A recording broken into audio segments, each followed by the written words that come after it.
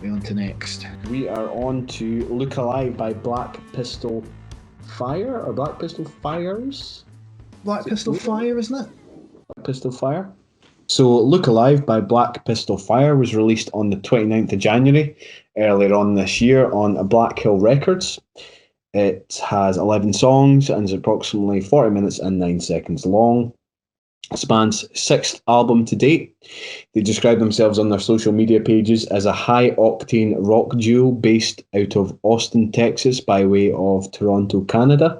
The band consists of Kevin McCowan on guitar and lead guitar and Eric Owens on drums. So they met at North Toronto Elementary School and started playing music with one another in high school. Their sound is described online as a mix of classical southern rock and garage punk. And although there's elements of that on this album, I think it would be unfair to pigeonhole them. I think they draw on a whole host of different musical styles and influences on this album. And I have to admit, I was really quite impressed with it, especially when I discovered that they were a two-piece. So I listened to the album first before I actually kind of did any research. So with that in mind, I would say that there is definite similarities between them and the Black Keys. I think that's undeniable. There were times I was listening to this album, was reminded of the likes of the Black Keys album El Camino. However, that wasn't my initial reaction when I listened to them. The first track, the album's namesake, Look Alive, initially reminded me of something that the Arctic Monkeys might have done, or certainly have tried to do, especially with some of their most recent tracks on albums like AM or the Tranquility Base Hotel and Casino. Opens with a fairly simple musical composition arrangement. There's these kind of gravelly vocals, there's a repetitive keyboard riff, there's a simple but effective drum beat. However, the song really starts to vibe and ramp up a gear around the 40-second mark, where you're treated to this really infectious kind of shuffling chorus that you can't help but nod along to. I don't know if you would agree to this, but the second track, Pick Your Poison.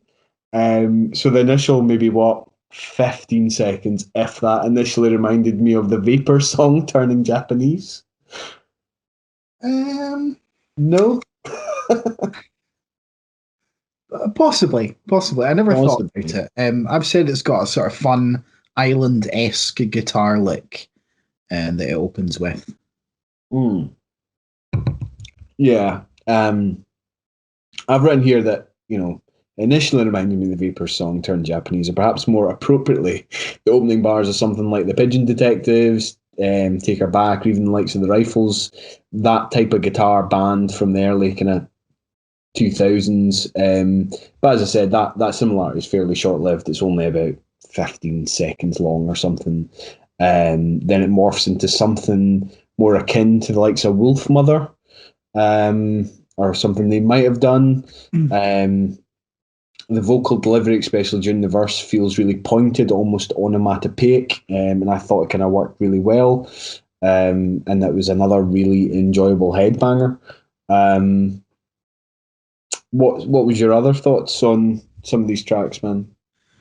I really don't like this album at all. Oh man, I really don't like this album. When I first listened to it, I kind of skipped through it a wee bit and sort of thought, oh, that sounds quite cool. So I was, keen to cover it. But actually, having listened to it, I really struggle to get all the way through it. I just kind of get bored. I get kind of fed up after a few tracks, and I feel like it doesn't really do much different across the album, and it doesn't do anything that, I don't know, I just find it boring. And it feels a bit like it feels a bit like Maroon 5 or Imagine Dragons, but with guitars, like more guitars. It's funny because I haven't written Maroon 5. Although there were times where I was reminded of Maroon 5, especially on the fifth track, Wildfire. Yeah. where the singer kind of raps his lyrics. And I would say the kind of song takes on more of a kind of poppy feel. I've likened it to, I have likened it to Imagine Dragons or One Republic. Do you know One Republic? I think I do. The name rings a bell, but I couldn't tell you. Well, I only know the one song, and I'm not prepared to sing it to you. But as soon as you heard it, as soon as you were, if you were to hear it, you'd be like, yeah, I know exactly who they are. But yeah, I can get that similarity, man. Wildfire is the one that is, I've basically said it's a generic Maroon 5 song. And it sounds, the vocals sound exactly like Adam Levine. And don't get me wrong, I don't hate Maroon 5. Like, I mean, I'm not a Maroon 5 fan by any stretch of the imagination, but like some of their early stuff is all right. I mean, the Harder to Breathe off their first album is pretty good. Like, I don't know. I honestly don't know that much of Maroon 5 stuff. You know, Payphone. You remember Payphone? I don't know. I'm not going to sing that to you either. And Moves Like Jagger is a Maroon 5 song, isn't it? Yeah, it is. The less said about that, the better. But I don't know, that's just like, that's kind of the vibe I got from it, like the whole way through. Like the whole album or just that song? Kind of the whole album. Like, I'm not saying that all the songs sound like Maroon 5, but I just get that kind of... How often can we say Maroon 5? I know, like, you should put a little ticker up in the corner, like that Adam Levine's head. Like, you say Maroon 5 so many times and the gates of hell open up and swallow us whole. Well, Adam Levine's about to burst through that door behind you. Tear my head off and drink the blood spurting out of the stump of my neck. Going on a little bit off the topic there, but yeah. So I kind of, I've also written like the like of the song "Human" by Rag and Bone Man. Like, it's like a rockier version of that, or like Hosier's "Take Me to the Church," like a rockier kind of version of that. Yeah. And they are sort of southern tinged kind of songs, but they're really, really sort of radio ready. I mean, "Take Me to the Church" not quite so much, but they're quite radio ready. And yeah, and like "Pick Your Poison" in particular, like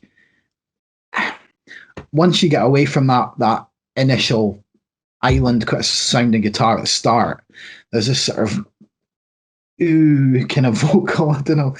I don't want to sing it, but it just sounds like something you'd hear on like Soccer Saturday, like a football advert or like a car advert, and it's just not for me. I think. What did you think of the opening track? I saw you nodding when I was kind of giving the description there. Yeah, I don't mind the opening track. I think that's why you stuck with it. Well, I stuck with it because I thought the opening track's not bad, but then it just doesn't really do much else, and it just feels bland and it's not particularly original. And I mean, I'm not saying that music has to be original, but it has to have something that excites me, and the vocals don't do it, the guitars don't do it, like nothing really does it. And like I said, by the time I get to sort of halfway through, I'm done with it.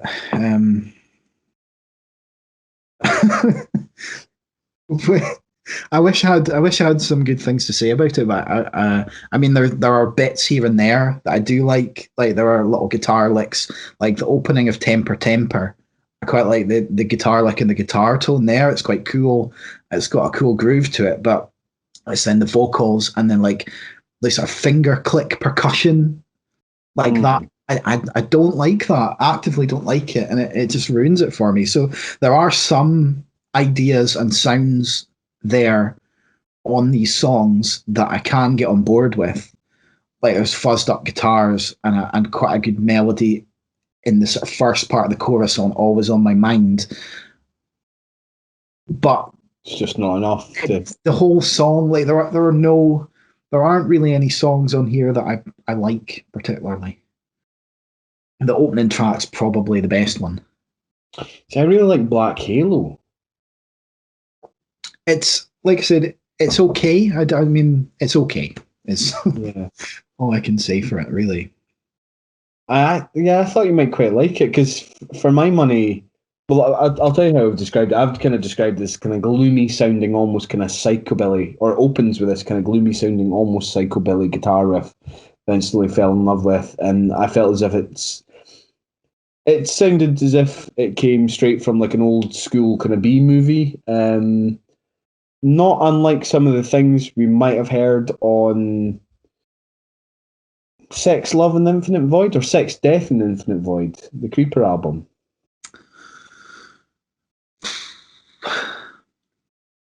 Nah. Possibly there are bits of it, yeah, but I think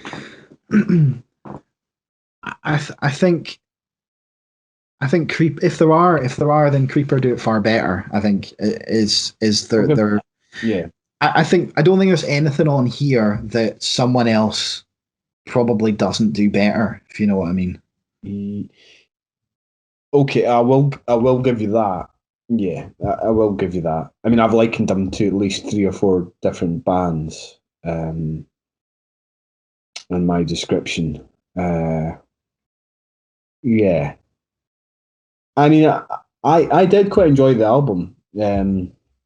I did quite enjoy it. I did kind of feel as if it drew on enough kind of different musical styles and influences to keep you engaged and interested. However, out of all the albums that we have discussed and reviewed, it's the one album that I've went back to less often. Yeah. I'm only kind of realising that now, to be honest. Listen to Arlo Parks a lot. Listen to John Meekie a lot. But definitely this one less often. I suppose I would kind of agree with you that it probably is. It is very radio friendly, I suppose. It's kind of unoffensive. Bluesy rock. I think if I heard this on the radio, I wouldn't like immediately turn it off potentially, but I wouldn't. I don't know if I want a whole album of that kind of thing. Yeah. I don't necessarily. Maybe a song here or there in a playlist or something, but I don't really want to listen to an entire album of it because I just get bored. Fair enough. I'm dreading. You tell me how you rated it.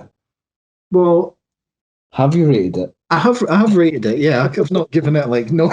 It's not a no scorer. Like, it's a -10. And it's not, it's not complete dog shit. It's not like a 1. Like but I've given it a 4. Because a 4 on our rating system is just meh, and that's kind of how I feel about it. And I'm probably never going to go back to this, to be completely honest, because there's nothing really for me. I can find other stuff like this elsewhere probably that I'll enjoy more.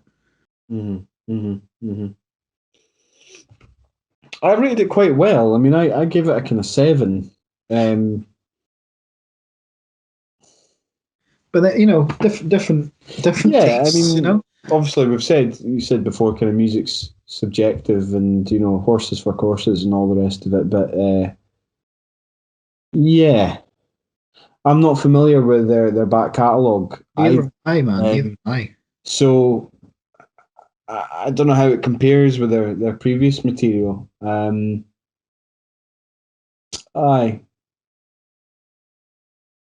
So yeah, like their back catalogue could be really good, like or this, or maybe a step up, or it could just be the same. I haven't taken the time to find out, but certainly on the basis of this album, I don't really want to check them out more extensively. And I don't. Whenever I listen to an album, I don't want to dislike it. Like I'm not No. I just found it didn't engage me, and then when I've tried to kind of write notes about it, I just found that I was struggling for positives. To be honest. It's quite a harsh critique. I know, but I don't want to be like, I want to be honest about how I feel. Yeah, absolutely. About these albums that we talk about, and that's just the way I feel about it. And with someone else listening to this, like, I mean, you've given it a 7, which is a good score. It is, yeah, definitely. You obviously like it, and there'll be plenty of people out there that really like this, really vibe with it. But I just can't. It just doesn't do anything for me at all.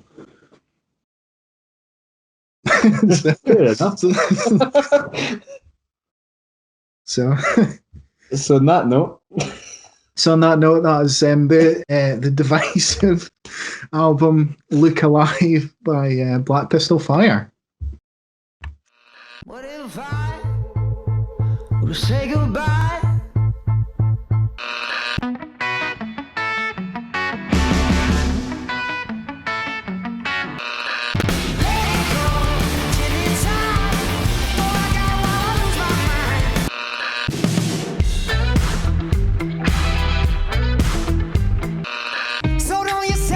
Sure, you gotta make your mind up on your own. Only my mind, I think you got that too.